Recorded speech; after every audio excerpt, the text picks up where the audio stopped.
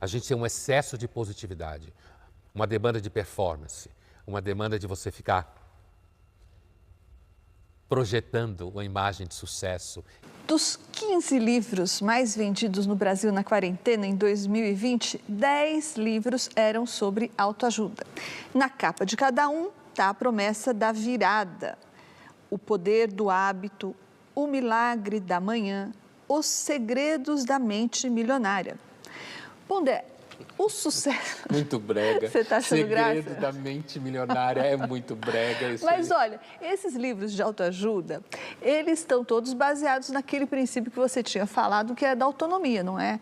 De alguma forma, eles não são tataranetos da crença na autonomia? Eles são a versão vagabunda da ideia, como eu falava, presente na filosofia e em muitas religiões, de sustentar uma visão com uma certa autonomia humana e à base de muito esforço.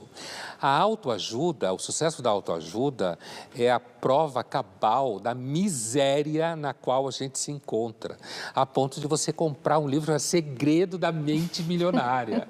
Quer dizer, é enterrar completamente o time. Eu acho o fim da picada, autoajuda. Hoje, filhos são considerados ônus e não bônus. Você gasta com eles. Se você pensar há 500 anos atrás, ou até menos, e você pensar numa família que tinha que arar a terra, quanto mais filho você tinha, mais braço você tinha para trabalhar. Hoje, foi decidido, entre aspas, pela humanidade, pelo menos mais recente, que crianças e adolescentes não devem fazer nada a não ser estudar. Difícil, é muito difícil parar de se mentir. Inclusive, ao longo de muito tempo, você acaba acomodando mentiras, achando que dessa forma as coisas vão andar. E como no caso do casal na história, eles chegam no limite na situação. E aí o cara resolve chutar para cima e dizer, não, vamos parar de mentir. Vamos parar de mentir um para o outro. Um para o outro, vamos parar de mentir um para o outro. E aí a harmonia do casal reaparece, certo? Ela queria ir no cinema. E ele queria ir na IKEA. E ela queria ver um filme romântico. Isso que eu chamei de otimismo de qualidade. Essa possibilidade, a possibilidade de você não ter que mentir para a pessoa com quem você vive é um luxo. A filosofia que nasce com gente como Sócrates, Platão, Aristóteles, pode ser vista como uma filosofia não otimista, mas como a filosofia, então, tenta construir a ideia de que o ser humano pode ter alguma autonomia. Então, deixa eu só entender. Era considerada pessimista porque a falta de autonomia sugeria que você estava à mercê das circunstâncias. Exatamente isso. Sem recursos para enfrentar essas tais circunstâncias. E a autonomia está ligada ao otimismo e a falta de autonomia Exatamente a gente pode associar ao isso. pessimismo. Lá pelo século XVII, a ideia de otimismo fica associada ao humanismo da suficiência humana, como se fala, o otimismo, ou o humanismo da perfectibilidade, a ideia de que o ser humano pode melhorar, de que ele pode se aperfeiçoar, né? Enquanto que o olhar mais pessimista vai ficar associado à ideia de que há uma insuficiência no ser humano.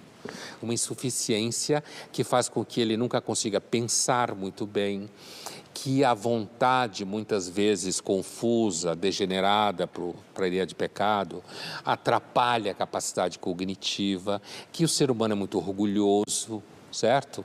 Que muitas vezes tem vocação à mentira. E esse conflito, digamos, essa controvérsia, ela se arrasta até hoje de formas diferentes. Acho interessante é que o pessimismo filosófico profundo não é idêntico à ideia de você ficar falando para as pessoas o tempo inteiro que tudo vai dar errado. Isso é pessimismo de botequim. Porque, na verdade, ao longo do dia a dia, se você ficar pensando que tudo vai dar errado, é insuportável, principalmente quando as pessoas estão sofrendo.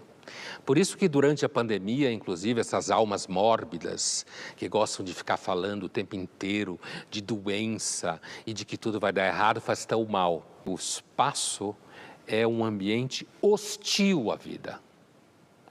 Esse argumento deveria fazer com que qualquer tonto que acha que o universo é uma inteligência e que está aí por nós. O espaço é absolutamente hostil à vida, porque tudo que a vida precisa, o espaço te nega. Não é, então, apenas indiferente a nós, ele é hostil. Ele é hostil. Agora, nós citamos aqui, não é, segundo Freud, as 3 fontes de sofrimento: o corpo, o mundo externo e as relações entre as pessoas. Eu queria te ouvir um pouquinho mais sobre o corpo, Pondé, como uma fonte de sofrimento físico inesgotável. Né? O corpo, ele é... sem o corpo a gente não existe. Tanto que aqui, quando o corpo falha, a gente desaparece, até onde a gente consegue observar. E tem uma característica na relação com o corpo, que é... O corpo é aquele tipo de coisa que parece o ar. Você só lembra quando ele falta. Você nasce, você cresce, você é jovem, você tem pleno usufruto do corpo, você adoece pouco, as coisas não são tão graves para você, você regenera mais fácil, você resiste, por exemplo, a situações maiores como a ausência de sono, a dificuldade com comida, e aí você não observa muito bem que quem resiste a isso tudo é o corpo.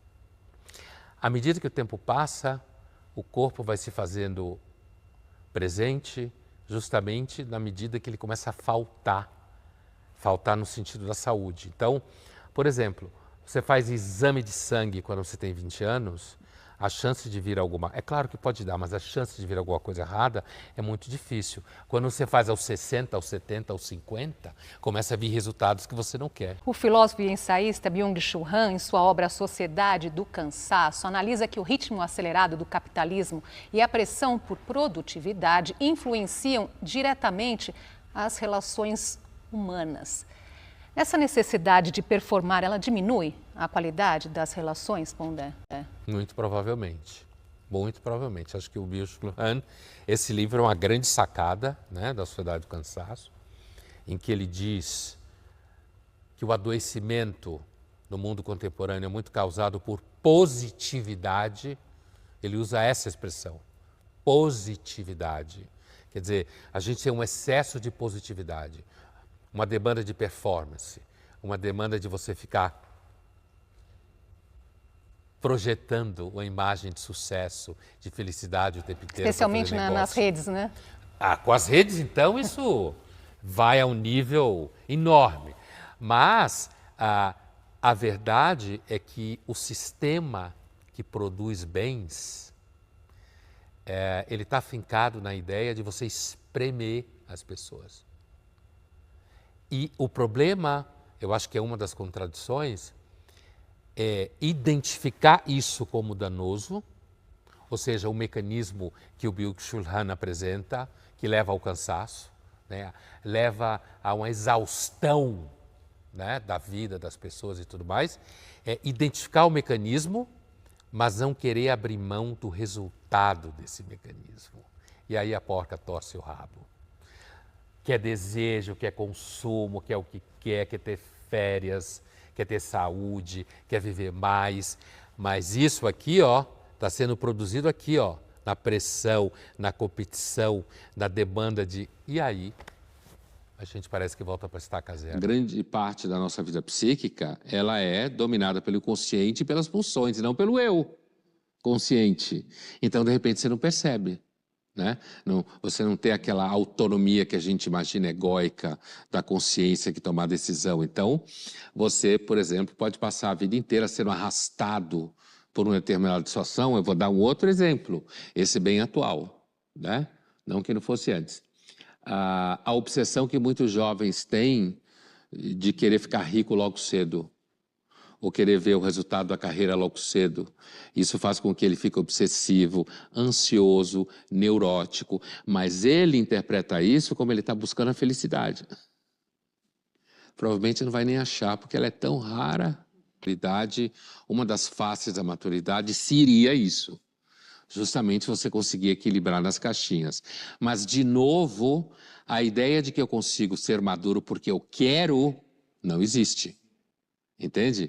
O processo de amadurecimento é um processo que tem a ver com a sua história familiar, com a sua própria herança genética, com a mãe e o pai que você teve, com o ambiente que você cresceu.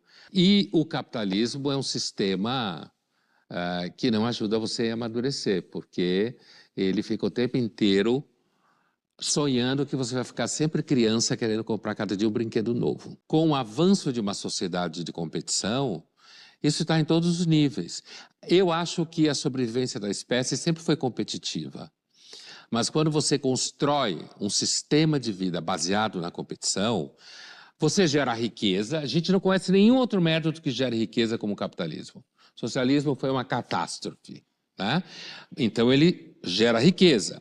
Mas há um preço que você paga, essa imagem assim, digamos assim, um estereótipo do que você paga, do impacto psicológico que você tem e do difícil que é você escapar disso, né? E o preço pode ser também acabar com a libido sexual desse jeito, né? Porque ninguém aguenta daí, né?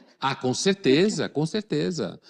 Mas isso é uma das coisas que mais se fala, né? Quase um clichê, mas é verdade, né? Você é tão workaholic, que não sobra mais nada para o desejo Acaba a energia, sexual. né? Acaba. E uma das formas de você acabar com a vida sexual é estar muito ocupado, o casal, né? Você entrega o celular na mão do casal, depois vai dormir. Acho que a burguesa, porque a burguesia é uma classe social que é pautada pela lógica do mérito, do resultado, né? De você se fazer por si mesmo. E aí, dentro dessa lógica burguesa, você também pode se sentir obrigado a produzir lazer. Que muita gente se sente em São Paulo, por exemplo, em qualquer outra grande cidade. A ideia de que você, no final de semana, fique em casa, sem fazer nada, é percebido por muitas pessoas como algo depressivo. É lógico que a carreira e o trabalho, que é monetizado, né? É lógico que isso recebe uma dose enorme de propaganda para investimento no sistema que a gente vive, né? Mas tem que lembrar também que existe um mercado todo voltado para o lazer. E, portanto, é muito importante que você faça propagandas de lazer para quem não o realiza se sentir pior.